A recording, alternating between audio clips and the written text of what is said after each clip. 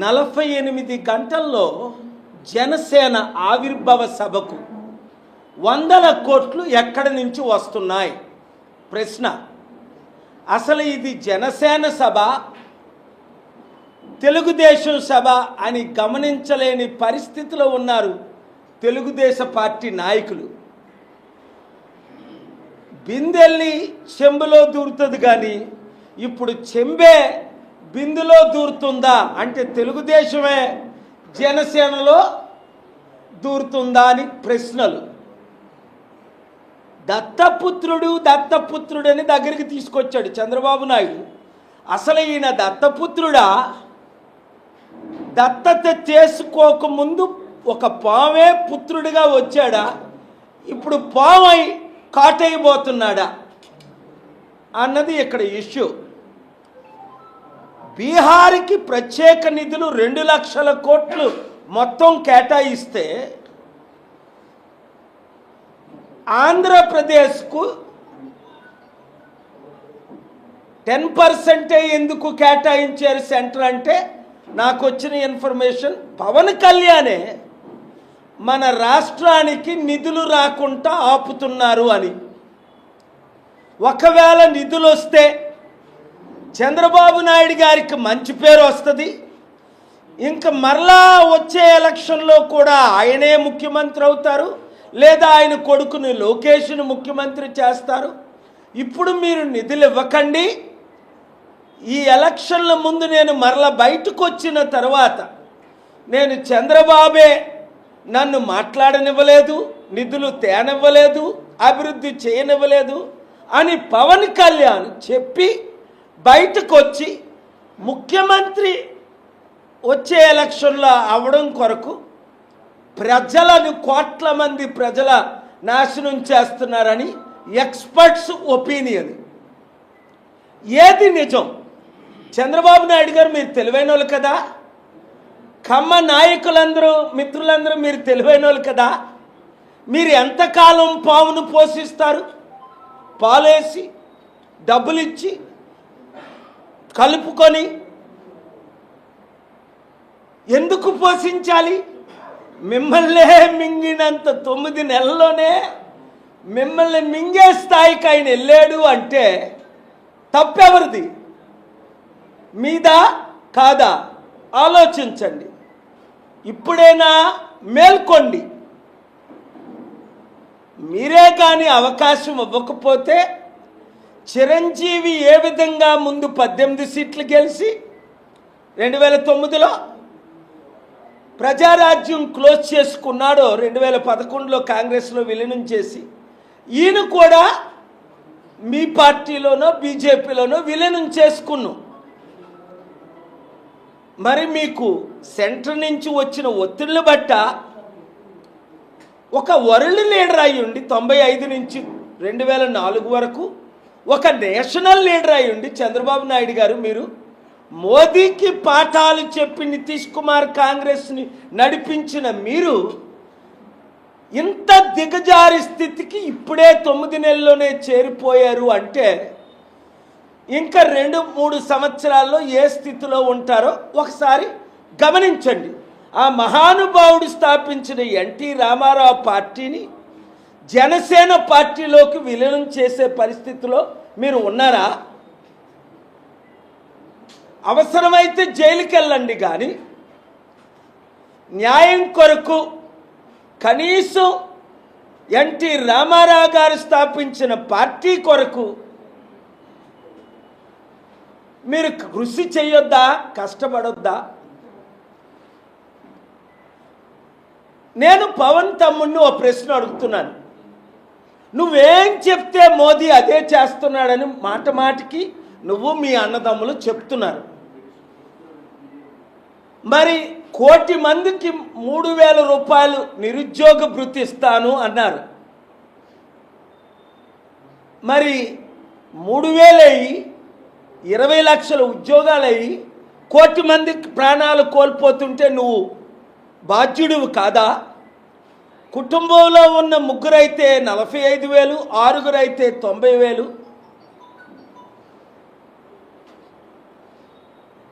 ఇస్తానని మాట ఇచ్చారు, తల్లికి వందనం అని.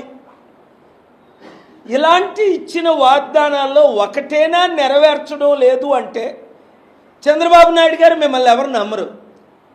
మరి నడిపిస్తున్న పవన్ కళ్యాణ్ని నమ్మకుండా ఉండాలి అంటే ఇప్పుడు పవన్నే మీరు ముందు పెట్టి బీజేపీతో పొత్తులు పెట్టుకున్నారు కనుక మరి పవన్ కళ్యాణ్నే మీరు నిలదీయండి. స్టీల్ ప్లాంట్ అమ్మొద్దు, ప్రత్యేక హోదా తీసుకురా, బీహార్కి ఇచ్చినట్టే 2 లక్షల కోట్ల నిధులై మనం ఇచ్చిన 6 వాగ్దానాలు నెరవేర్చుదాం, రైతు బంధు ఇద్దాం, రైతులకు రుణమాఫీ చేద్దాం, నిరుద్యోగులకు ఉద్యోగాలు ఇద్దాం, పెన్షన్లు ఇద్దాం. ఒక్క మాటైనా మీరు నెరవేర్చుకుంటూ ఉన్నారు అంటే దానికి కారణం పవన్ కళ్యాణ్ అని మీకు తెలియపోతే ఈరోజు రాజమండ్రి ప్రెస్ మీట్ ద్వారా తెలియజేస్తున్నాను. తక్షణమే మేల్కొండి, రాష్ట్రం కొరకు దేశం కొరకు నాతో చేతులు కలపండి. అప్పులు తీర్చుదాం, అభివృద్ధి చేద్దాం, లక్షల కోట్లు తీసుకొద్దాం, రాష్ట్రాన్ని ప్రజల్ని కాపాడదాం. Thank you very much.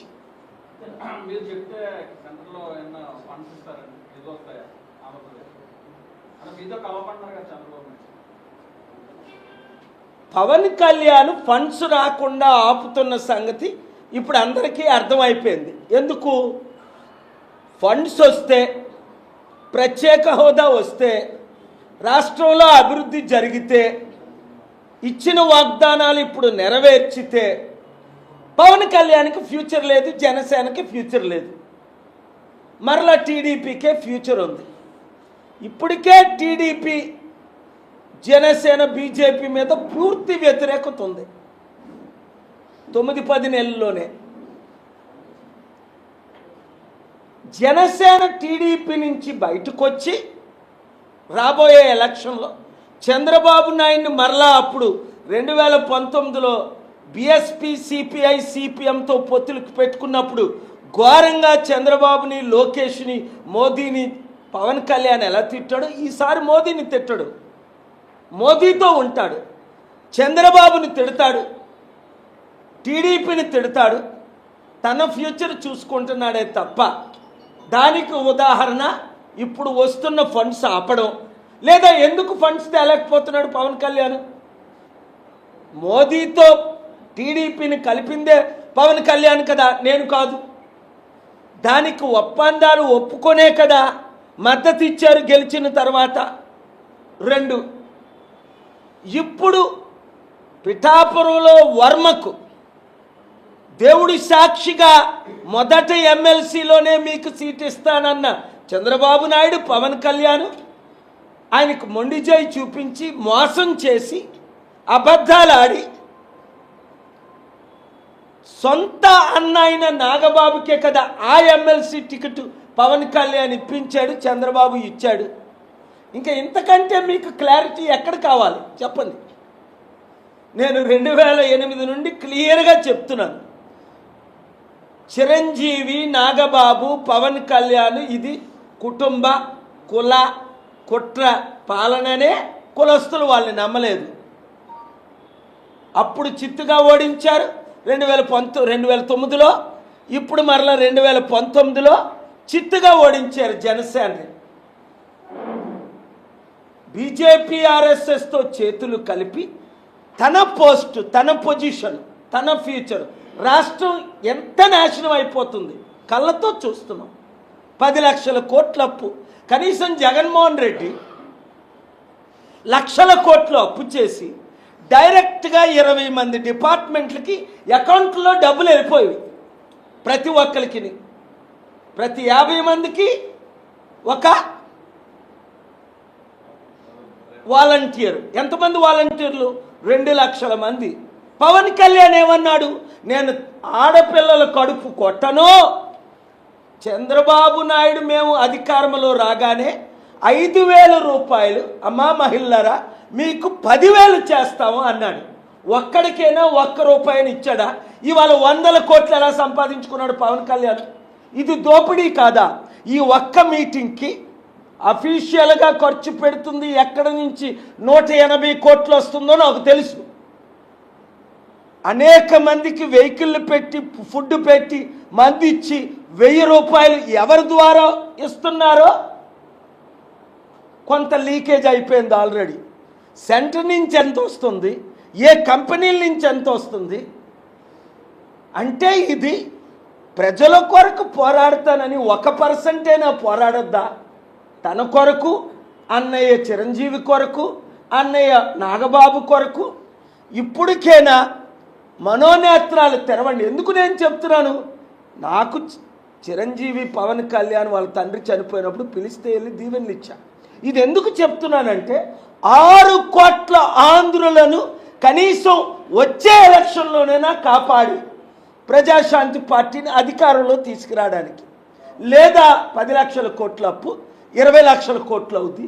మరలా వచ్చే ఎలక్షన్లో కూడా ఈ చిరంజీవి పవన్ కళ్యాణ్ నాగబాబుని నమ్మి రాష్ట్రం సర్వనాశనం అయిపోద్ది. వీళ్ళు బీజేపీ కుమ్మక్కాయి. అందుకనే చంద్రబాబు నాయుడు గారు మేల్కొనండి. ఎందుకంటే పవన్ కళ్యాణ్ నడిపిస్తుంది ఎవరు? నాదెండ్ల మనోహర్. నాదెండ్ల మనోహర్ ఎవరు? నాదెండ్ల భాస్కర్ రావు కొడుకు. నాదెండ్ల భాస్కర్ రావు ఎవరు? ఎన్టీ రామారావు గారికే వెన్నుపోటు పొడిచి ముఖ్యమంత్రి 30 రోజులైన ముఖ్యమంత్రి. ఇంతకంటే ఇంకా ఎంత స్పష్టంగా చెప్పాలి? మీడియా మిత్రులారా, మీడియా ఓనర్స్లారా, ఫ్రంట్ పేజ్లో వేసుకోండి. రాష్ట్రాన్ని దేశాన్ని కాపాడండి. ప్రజాశాంతి పార్టీయే దిక్కని రాత్రనక పగలనక రైతుల కొరకు, నిరుద్యోగుల కొరకు, ఉద్యోగుల కొరకు, మహిళల కొరకు, పిల్లల కొరకు, అనాథుల కొరకు ఫైట్ ఇచ్చి కోర్టులో ఫైట్ చేస్తున్నాడు. డబ్బులు తీసుకొస్తానంటే వీళ్ళు కలవరు. ప్రపంచంలో డబ్బు ఎక్కువైపోయింది, రాష్ట్రంలో దరిద్రం ఎక్కువైపోయింది. వీళ్ళు తేలేరు, నన్ను తేనెవరు. కనుక రాజ్యాధికారం నాకు ఇస్తే ఈ దొంగలు, గజ దొంగలు దోచుకున్న డబ్బు, అప్పులు చేసిన డబ్బులన్నీ తీర్చి అభివృద్ధి 5 సంవత్సరాల్లో చేసి చూపించే సత్తా. అక్కడేమో తెలంగాణలో సంపూర్ణంగా రేవంత్ రెడ్డి 15 నెలల్లో ఫెయిల్ అయిపోయాడు. ఇచ్చిన వాగ్దానం ఒకటి నెరవేర్చట్లేదు. కేసీఆర్ 7-8 లక్షల కోట్లు అప్పు చేసేసాడు. ఆ రాష్ట్రం అలా నాశనం అయిపోయింది, ఈ రాష్ట్రం ఇలా నాశనం అయిపోయింది. దేశాన్ని మొత్తం మహాత్ముడు, గనుడు, వీరుడు, శూరుడు మోదీ, అదానీ, అంబానీలకు అమ్మి పడేశాడు 17 ప్రాజెక్టులు. ఇంకా అమ్మడానికి కూడా ఏమి లేదు. నేను ఆపాను కనుక 5 సార్లు ఆంధ్రప్రదేశ్ హైకోర్టులో వాదించి ఇప్పుడు కూడా స్టీల్ ప్లాంట్ అమ్మకుండా ఉన్నారు. మళ్ళీ ఈ మధ్యని ఈరోజు కూడా ఏపీ హైకోర్టు నుంచే నేను ఇప్పుడు వస్తున్నాను. కనుక కామన్ సెన్స్ ఉన్నది కాబట్టే ప్రజలు ఇప్పుడు వీళ్ళందరూ మోదీ తొత్తులే, వాళ్ళు వద్దు.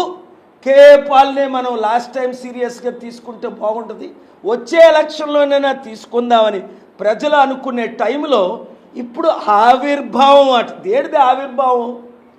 దోచుకోవడానికి ఆవిర్భవించాం, దాచుకోవడానికి ఆవిర్భవించాం, రాష్ట్రాన్ని సర్వనాశనం చేయడానికి ఆవిర్భవించాం, నిరుద్యోగుల కడుపులు కొట్టడానికి ఆవిర్భవిస్తున్నాం, మహిళల కడుపులు కొట్టడానికి మేము ఆవిర్భవించాం, కుటుంబ పాలన అన్నలందరికీ ఎమ్మెల్సీలు, ఎంపీలు, మంత్రులు ఇవ్వడానికి మేము ఆవిర్భవించాం, ప్రజల్ని సర్వనాశనం చేయడానికి ఆవిర్భవించాం, రాష్ట్రాన్ని దేశాన్ని దోచుకున్న మోదీని గెలిపించడానికి మేము ఆవిర్భవించాం అనడానికే పిఠాపురంలో 14వ తారీఖున ఆవిర్భావ సభ.